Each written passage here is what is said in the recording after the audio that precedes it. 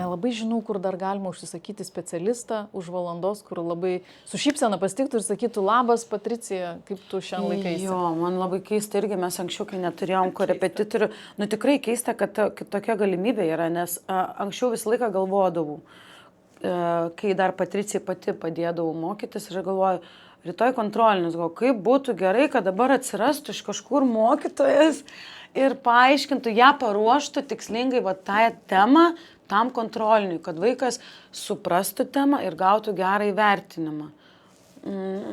Nežinau, tais laikais tada nežinau apie mokosi.lt. Tai mes kol kas esam Lietuvoje vieni, matyt, mūsų tokių vienų užtenka, bet šiaip, čia iš mano greičiausiai 3 vaikų perspektyvos ir iš to, kaip mes daug metų dirbom, tai nebūtinai reikia vesti vaiką metus laiko mokytis. Nebūtinai. Yra etapų, kai reikia stipriau, daugiau, yra etapų, kai reikia leisti pačiam būti tame. Teisingai.